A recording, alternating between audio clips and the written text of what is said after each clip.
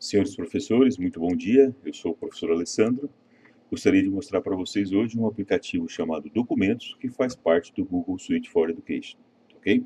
Bom, para que nós possamos ter acesso a esse aplicativo, novamente nós temos que entrar no Gmail, né?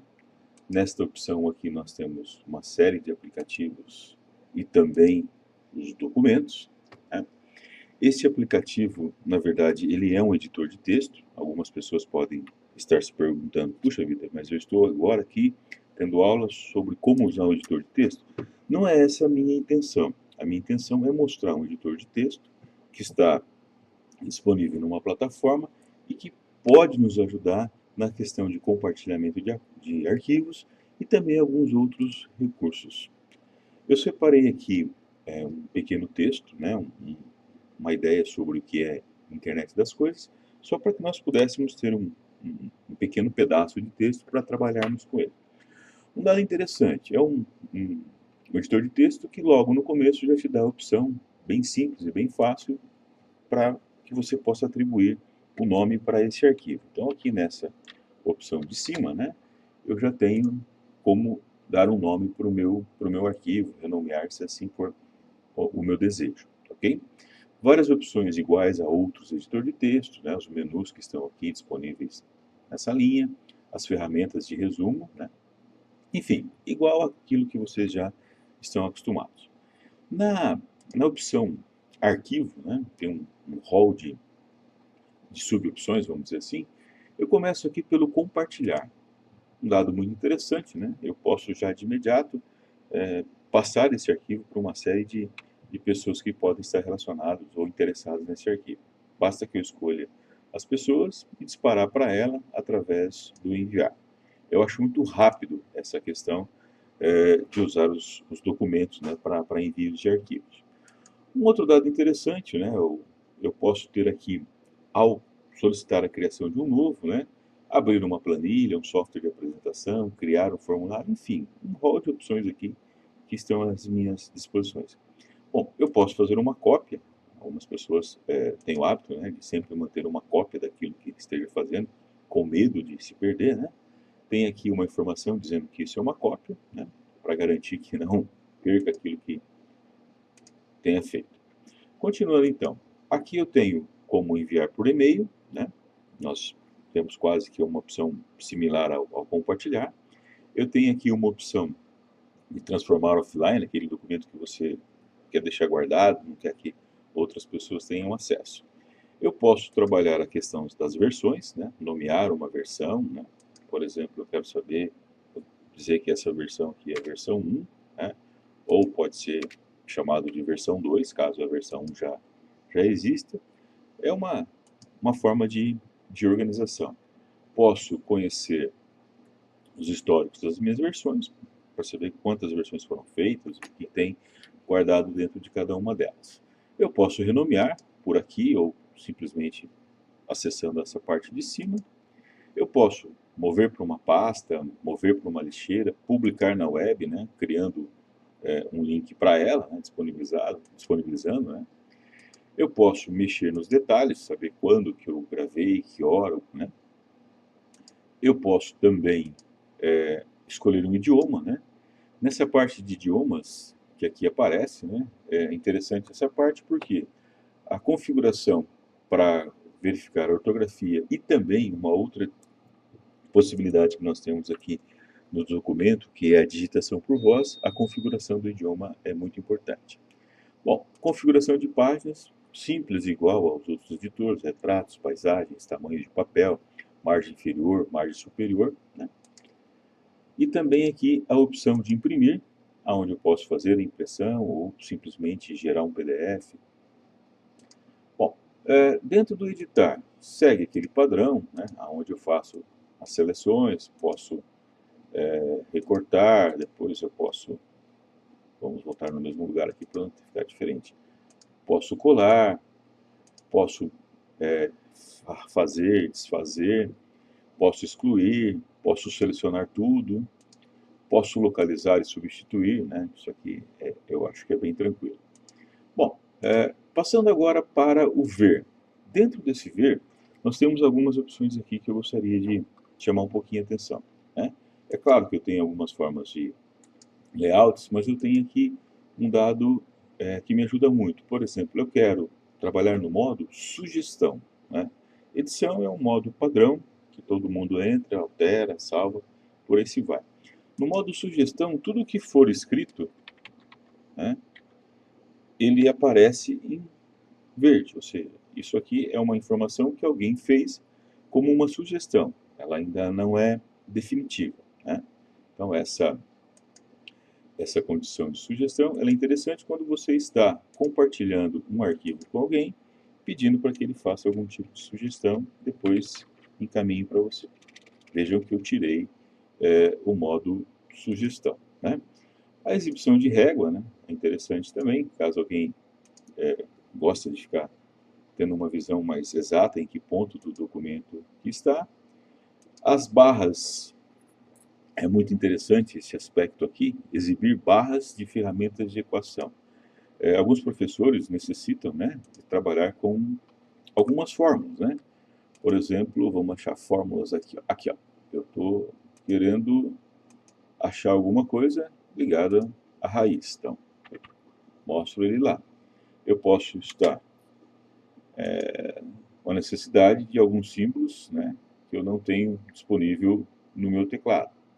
Em alguns outros aplicativos, ou alguns outros editores de textos, essa opção, aonde que me leva à condição de construir equações, ou desses outros símbolos aqui, nós temos que instalar, né? Aqui no documento ele já vem pronto para a gente. Eu acho que a gente ganha um pouco de tempo, né? E praticidade nesse aspecto. Então, o pessoal que trabalha com matemática, física, química, entre outros aí, que tem uma necessidade de inserir algumas fórmulas, alguns símbolos no texto, né? Essa opção equações aí, eu acho que seria muito útil. Então, só repetindo, né? Ele está aqui no ver, exibir barras de ferramentas de equação. Bom, e aqui no meu inserir, deixa eu apagar isso aqui. No meu inserir, ele é bem parecido com os demais, né? Onde eu tenho a inserção de imagens, né?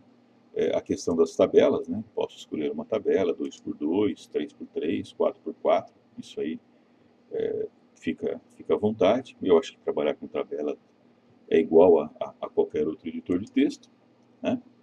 Eu tenho aqui a opção das notas de rodapés, né? Só para lembrar, né?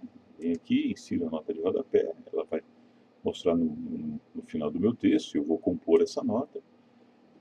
Opa, vou voltar aqui sem querer, eu acabei voltando aonde eu não queria, né? Deixa eu apagar essa nota de rodapé para que nós possamos continuar. Uma outra opção que nós podemos ter aqui no inserir são aqueles símbolos que às vezes nós não temos à disposição, né? Aqui tem uma grande opção, né? Para que eu possa escolher aqui, formatar, inserir no meu texto, né? Eu tenho a parte de equações que eu havia exibido aqui, ele está disponível novamente aqui nesse inserir. Bom, aquela parte de inserção de cabeçalho, rodapé, número de páginas, que eu acho também que é muito tranquilo, nós podemos ter à disposição aqui também nessa ferramenta. Bom, sempre que eu erro aqui, ele me remete e por sorte eu consigo voltar. Tá? Bom, continuando aqui, né? Nós temos as quebras, quando eu quero quebrar uma parte do meu texto. Eu tenho uma opção quando eu quero pôr um link, deixar destacado como link no meu texto, né? Isso aqui é bem tranquilo, basta digitar o link e mandar aplicar, ok? Opa, de novo, hein? Vamos lá. Por sorte ele volta e carrega rápido. Bom, dentro dessas opções eu acho interessante também a questão de alguns comentários. Caso você receba um documento de um aluno e quer inserir um comentário, ele aparece aqui do lado direito e eu consigo escrever alguma coisa e depois enviar para o meu aluno, ok? Então, está lá um comentário, quando alguém quiser, passa por ele lá e o comentário aparece, ok? Bom, continuando então, eu tenho aqui como linkar ou colocar aos meus favoritos, né? Se alguém assim deseja, né? Eu posso fazer a criação de alguns sumários para melhor organização do meu texto, né? Eu tenho aqui dentro do formatar todas as formatações básicas, né? Que são colocadas dentro dos outros aplicativos, negrito, itálico, sublinhado, sobretaxado, sobrescrito, uso de maiúsculo, minúsculo. Aqui toda a opção de estilos de parágrafos, né? Que a gente usa para dar um destaque no nosso texto. Eu tenho as opções de recuar, de alinhar, justificar, aumentar recuo, diminuir recuo, né? Eu tenho a questão dos espaçamentos entre as linhas, né? Esse aqui eu vou fazer um para a gente ficar. Colunas, né? Caso alguém esteja digitando algum artigo, né? Reparem que ele transformou o nosso texto aqui em duas colunas, né? Existe também a possibilidade dos marcadores e as numerações, né? Aquelas que nós estamos acostumados, né? No nosso texto. A inserção de cabeçalho e rodapé, que é bem tranquilo. E algumas opções aqui, imagem a gente usa pelo inserir, né? Ele acaba, depois de inserida uma imagem, a gente pode fazer o tratamento da formatação dela, ok? Bom, agora nas ferramentas, um dado interessante, né? Eu acho que esse aqui é um dos pontos mais importantes desse aplicativo, ou seja, aquilo que me trouxe, vamos dizer assim, me convenceu a fazer o uso dele, né? Vai ser essa parte da digitação por voz, ok? Mas antes de chegar nela, aquelas opções de verificação de ortografia, né? Por isso que lá no começo o professor pediu para que o nosso idioma seja muito bem configurado. O que eu acho muito interessante aqui é a criação de um dicionário pessoal. Eu quero ter um dicionário meu, então eu escolho uma palavra qualquer, né? Uma palavra que eu tenho costume de usar, mas eu sei que outras pessoas não sabem o que eu quero falar com isso, né?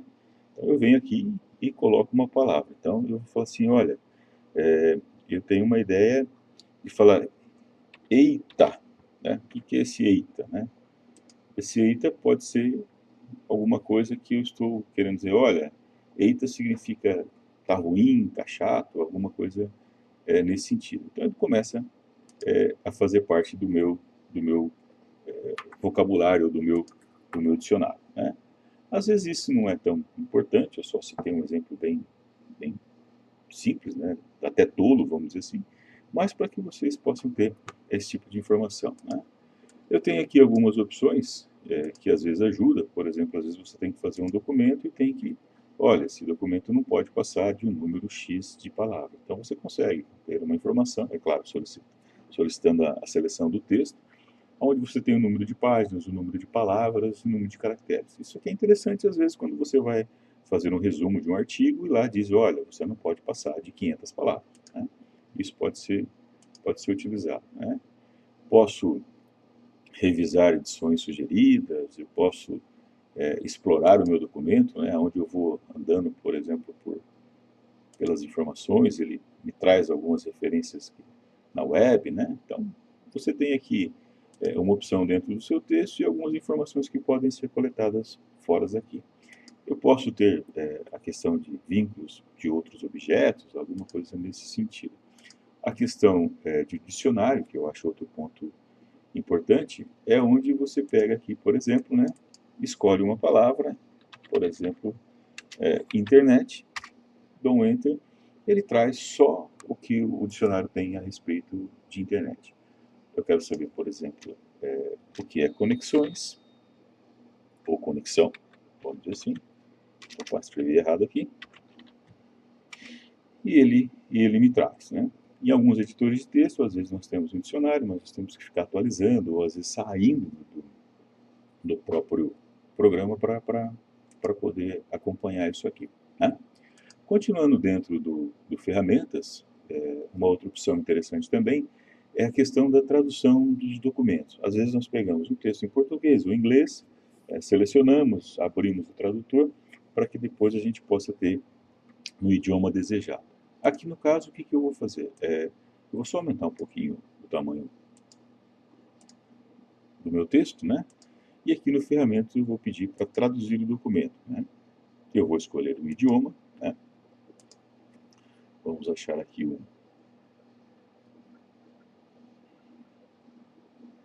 cadê o meu inglês? Aqui, escolhi o inglês, clico em traduzir, leva-se um pouquinho de tempo e está aqui o meu texto traduzido para o inglês, né?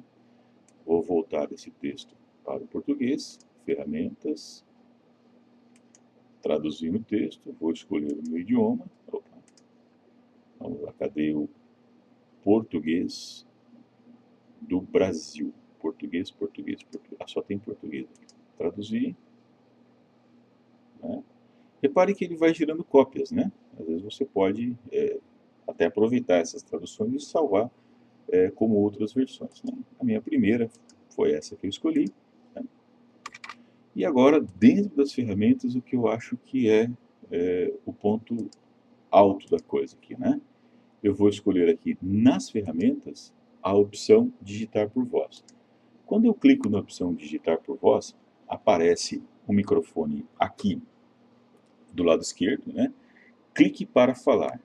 Então eu vou falar uma frase bem curta, eu vou tentar espaçar um pouco a minha fala para que ele possa entender. Eu estou tentando gravar um texto, mas ditando o que eu quero. Ponto. Olha só que interessante, né? Estou fechando o microfone. Eu estou tentando gravar um texto, mas digitando o texto que eu quero. Eu acho que essa possibilidade que esse documento te oferece, ou nos oferece, é muito interessante, porque às vezes você tem algumas ideias e você quer fazer um armazenamento dela rápido, né? Sem que ele seja totalmente formatado, sem que ele esteja totalmente dentro de alguns padrões, mas você não quer perder aquela ideia que você está na cabeça. Então, abram a opção ferramenta, né? Coloca lá o digitação por voz, aperta o microfone para gravar, usem esse tempo de voz um pouco mais lento, né? Interessante que se você pode perceber que até os pontos e vírgulas ele é capaz de reconhecer. Eu acho que essa ferramenta aqui é uma coisa que chama muita atenção no uso dos documentos, ok? Bom, para quem é da área de programação, né, quem desenvolve códigos, aqui eu tenho um editor de script, né? Eu acho que isso aqui pode não interessar para a maioria dos senhores, mas os professores aí formados na área de processamento de dados, análise e desenvolvimento de sistemas, né, engenharia de software, engenharia da computação, já usou muito isso aqui na vida, né? A questão de executar, a questão de depurar, enfim, criações de códigos aí. Bom, mas essa não é a praia para todos, né? Então vamos nos concentrar naquilo que pode trazer de mais benefício para todos. Eu tenho aqui a minha questão das preferências, né? Um dado muito interessante, algumas pessoas gostam de usar as aspas curvas, detectar os links automáticos, listas automáticas, sugerir contatos nos comentários, e aquelas configurações que às vezes algumas pessoas fazem para ficar mais rápida a digitação. Eu tenho aqui já pronto, por exemplo, o C entre parênteses, que gera o símbolo de copyright, o R entre parênteses, que gera o símbolo de marca registrada, e eu posso, por exemplo, criar um novo aqui, chamado ASD, né? Eu vou colocar lá que toda vez que alguém digitar ASD no teclado, seja ele minúsculo, vai aparecer Alessandro Silveira Duarte, ok? Então vamos ver se isso deu certo. ASD, a hora que eu dou espaço, Alessandro Silveira Duarte. É claro que essa possibilidade de preferências, ela deve ser criada em algo que não atrapalhe o seu texto, né? Por exemplo, se você colocar um A, transformar esse A em Alessandro, toda vez que você colocar um A, vai aparecer Alessandro, isso não vai colaborar em nada, ok? Bom, dentro dessas ferramentas existe a questão das configurações de acessibilidade. Veja, você pode ter um aluno que não enxerga, e esse aluno usa no seu PC ou no seu notebook um aplicativo, um software que faça a leitura, né?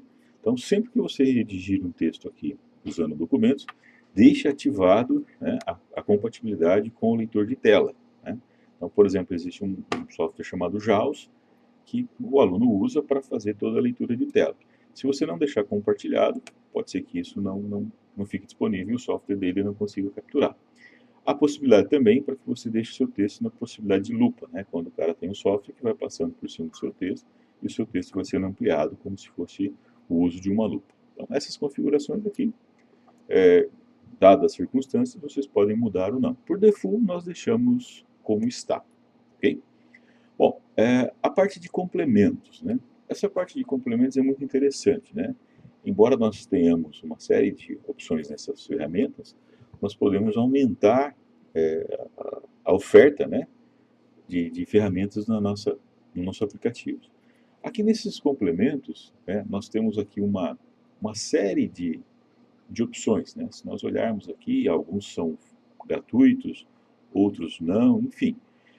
Eu faria a sugestão para vocês para que fizessem o download ou para essa aplicação ou para outras que se vocês quiserem, do EasyBib. Esse daqui é um gerador de referências bibliográficas automático. Eu vou colocar um link para vocês, caso vocês queiram assistir um vídeo a respeito desse EasyBib. Não é um vídeo que eu fiz, é claro, mas que pode ajudar. Então, quem está aí redigindo um artigo, fazendo uma outra monografia qualquer, pode usar esse complemento aqui, seria muito interessante, né? Interessante essa palavrinha aqui, né? Você tem à sua disposição um complemento dentro de um aplicativo chamado Documentos, que já é grátis, e você coloca dentro dele mais um complemento grátis também. Você aumenta aí a possibilidade de uso do seu aplicativo. Então, esse EasyBib aqui, repito, ele é muito interessante. Tá? Então, essa parte de complementos. Na parte de ajudas, é interessante aqui, caso você queira, olha, não só o que o professor Alessandro passou foi suficiente, eu gostaria de ver mais alguma coisa. Então, eu posso participar de treinamentos, né? Eu clico nessa opção, ele vai me dar toda uma gama de treinamentos, ações específicas que podem ser feitas dentro dessa aplicação. Tem ajuda mais específica do Google, onde você escolhe um assunto específico.